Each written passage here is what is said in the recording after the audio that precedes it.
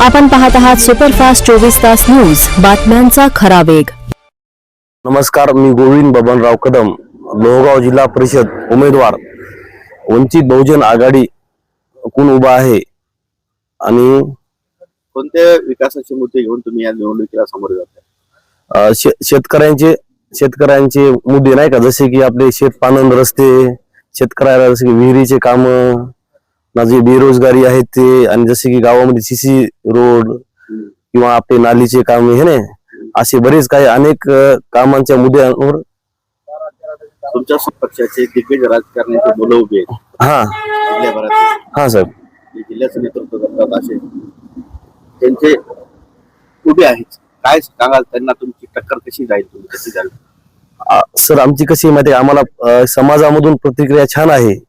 जसं की आता आपण वंचित बहुजन आघाडी म्हणजे सगळ्या वंचितांची आघाडी आहे ही, सगळ्यांचा आपल्याला पाठिंबा आहे. जसे की हे दिग्गज लोक जसे म्हणतो आपण, जसे नाही का राजकीय लोक आणि जे त्यांनी जे राज केलेलं आहे, आणि अशा लोकांना माझं एकच सांगणं आहे की ही निवडणूक ही पैशाच्या जीवावर लढणारी निवडणूक नाही, आणि ह्या निवडणुकीमध्ये कामच करावं लागणार आहे आपल्याला. आणि आपण जे म्हणता की आम्ही पैशाच्या जीवावर मतदार विकत घेऊ, असं होणार नाही. कारण मतदार राजा हा जागलेला आहे, आणि मतदार राजा तोच होणार की जे मत पेटीमधून बाहेर निघन, आणि ज्यावेळेस जे निवडून येईल तोच मताचा तो राजा होणार आहे. आणि माझी ही विनंती आहे की सर्वसामान्य जनतेला की आपण सर्वसामान्य माणूसच निवडायला हवा. कारण की हे पैशावाले जे आहेत ते आज आपल्याला 1000 देतात, कुठं बिर्याणी खाऊ घालतात किंवा कुठं दारू पाजतात. मात्र अशानं काही हे नाही. ह्या लोकांचं एकच उद्दिष्ट आहे की आपण काय करू, राजकारणामध्ये उतरल्याच्या नंतर आपण हेच नाही का उमेदवारी घ्यायची एका घरातून. आता काही आपल्याला तर माहितच आहे ते पहिली गोष्टी नाही का, एका घरातून किती झाले. त्याच्यापेक्षाही आता माझ्या सर्कलमध्ये 6 ते 7 उमेदवार पक्षाचे आहेत. असे उमेदवार आहेत की त्यांना नाही का कोणी पहिल्यांदा जिल्हा परिषदला आलेला आहे, किंवा कोणी पहिल्यांदा पंचायत समितीला आलेला आहे, आणि आता त्यांना असं स्वप्न पडू लागलंय की हा समाज माझ्या पाठीमागे येईन, तो समाज येईल, मी याला एवढे पैसे देईन. आता हे असं राजकारण करायला बघत आहेत. तुमच्या पाठीमागे कोणत्या कोणत्या जातीचे लोक आहेत? माझ्या पाठीमागे आपण वंचित बहुजन आघाडी म्हणलं तर आपण ओबीसी समाज म्हणायला हरकत नाही. जसं की माझा एसी समाज, एसी म्हणजे बौद्ध समाज, माझा धनगर समाज, माझा माथंग समाज, माझा सांबार, माझा कुमार समाज, आणि मुस्लिम समाज हा माझ्या पाठीमागे आहे. प्रभाग सर्कलची लोकसंख्या किती, आणि ह्या लोकसंख्याच्या आधारित जी काय बूथ रचना केलेली आहे, हा साहेब, त्याच्या संदर्भात प्रचार यंत्रणा कशी राबवणार तुम्ही? साहेब, याच्या अंतर्गत आमच्या सर्कलची लोकसंख्या 18,000 आहे. आणि जे आपण जे म्हणता की बाबा आपण निवडणुकीमध्ये प्रचार यंत्रणा कशी राबवायची, तर मी एक सर्वसामान्य गरिबी मधला एक उमेदवार आहे, बरोबर का, पक्षाचा. आणि माझ्याकडे काय ह्या लोकांनी एवढे काही पैसे नाहीत कोटी आणायचे. तर याच्यामध्ये मी काय करणार माझे साहेब, 1 ते 2 रथयात्रेचे वाहन असे करू शकतो, आणि आपल्या सर्कलमध्ये हिंडवणार आहे का, प्रचार करणार. आणि माझ्या जनता मायबापला विनंती आहे की मला खऱ्या अर्थाने लोकांना एक न्याय मिळवून देण्याचे, लोकांना विविध योजना त्याच्या माध्यमातून, त्याला म्हणून आपण मिनी मंत्रालय सुद्धा आहे. हा सर, विविध योजनांचा कसा फायदा करून देणार सर? फायदा आता असा होणार की जसे की शेतकऱ्यांचे शेतपानन रस्ते, जसे की लोकांनी नाही का साहेब की काहीतरी कमिशन मध्ये म्हणा, कशामध्ये म्हणा, कामं सुरू नाही ठेवले, कामं बंद ठेवले.